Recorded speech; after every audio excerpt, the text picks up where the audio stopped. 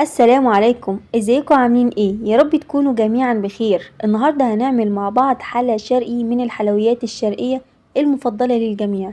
النهارده هنعمل مع بعض البسبوسة المرملة في البيت. طريقتها سهلة جدا جدا، وهتعتمديها دايما، وهتبطلي ان انت تشتري البسبوسة من بره، لان فعلا طريقتها تحفة جدا وهتطلع معاكي مظبوطة. بس يا ريت قبل ما نبدأ ما ننساش الاشتراك في القناة وتفعيل زر الجرس علشان يوصلك كل جديد. معايا نص كيلو من دقيق البسبوسة اللي هو السميد الناعم. تقدري كمان تستخدمي اي درجة من درجات السميد. انا استخدمته بدون اي اضافات. تقدري ان انت تضيفي عليه نص كوب من جوز الهند على حسب الرغبة.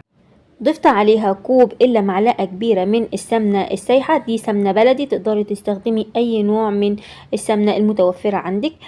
انا بقلب كويس جدا السمنة، بحيث ان انا كل حبة من حبات السميد اتأكد ان هي اتغلفت كويس بالسمنة، علشان ما تنشفش معايا، لان السميد من الحاجات اللي بتنشف بسهولة جدا. سبت الخليط على جنب وبدأت ان انا اعمل خليط التشريب. هو عبارة عن كوباية الا معلقة كبيرة من السكر، كوباية الا معلقة كبيرة من الحليب. نقدر ان احنا نستبدله بالمية لو مش متوفر حليب. معلقتين كبار من عسل الجلوكوز، هتلاقيه متوفر في كل المحلات. انا يدوب هحط الخليط ده على النار، هرفعه على النار بحيث ان عسل الجلوكوز يفك معايا، لانه مستحيل من التقليب بس على البارد يفك معايا. اول ما يفك معايا هنزله على طول من على النار، وهضيفه بس ما يكونش بدرجة حرارة عالية على الخليط بتاعي. هضيفه على الخليط بتاعي وهقلبه بالسباتولا، يعني احنا مش هنستخدم ايدينا خالص ولا هنعجن فيه. خليط البسبوسة بيكون خليط يعني اتقل شوية من الكيك، يعني اتقل من الكيك. في صينية مقاس 30 دهنتها بالسمنة البلدي. ما بدهنش سمنة كتير، علشان انا لما بدهن سمنة كتير بتزيد وبتطلع على وش البسبوسة، فبتمنع ان البسبوسة تتشرب العسل بتاعها. بعد ما بفردها بالسباتولا لازم اخبطها خبطتين علشان تساوي الاطراف معايا، وتكون الصينية كلها متساوية بنفس السمك، وكمان لو في هواء يتفرغ معايا. اي نوع من المكسرات الموجودة عندك تقدري ان انت تستخدميها. اخر 10 دقايق والبسبوسة في الفرن بنبدأ ان احنا نعمل شربات البسبوسة اللي هو خفيف سخن.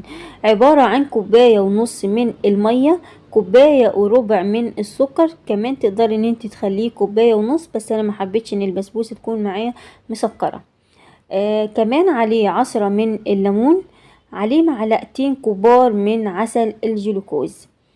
نقلب الخليط ده تقليبة خفيفة بحيث ان السكر يدوب معانا نص تقليبة، علشان انا مش عايزة الخليط ده يطول معايا على النار. يعني عايز يدوب اول ما يبدأ في الغليان ارفعه من على النار على طول. بس اهم حاجة ما نضيفوش على البسبوسة غير وهو سخن. وادي بسبوستنا الجميلة بعد ما خرجت من الفرن. شايفين الجمال واللون الذهبي الرهيب، تحفة حرفيا، والشكل كان خرافي. وريحة البسبوسة بالسمنة البلدي كانت مالية البيت. اول ما البسبوسة خرجت من الفرن ضفت لها الشربات اللي هو خفيف سخن على طول. هنفضل نديها من الشربات لغاية لما تاخد كفايتها. ونعرف ازاي ان هي خدت كفايتها لغاية لما الشربات يطفو على سطح البسبوسة وخلاص ما تقبلش ان هي تشربه تاني.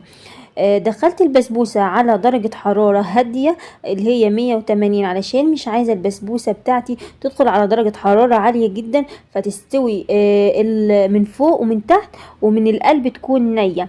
فخليتها على درجة حرارة هادية اللي هي 180.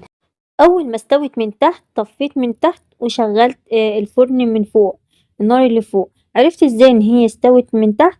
ان هي بدأت تفك من الاطراف ويبدأ تاخد اللون الذهبي من الاطراف. حرفيا احلى بسبوسة هتجربوها، وبالهنا والشفا للي هيجربها.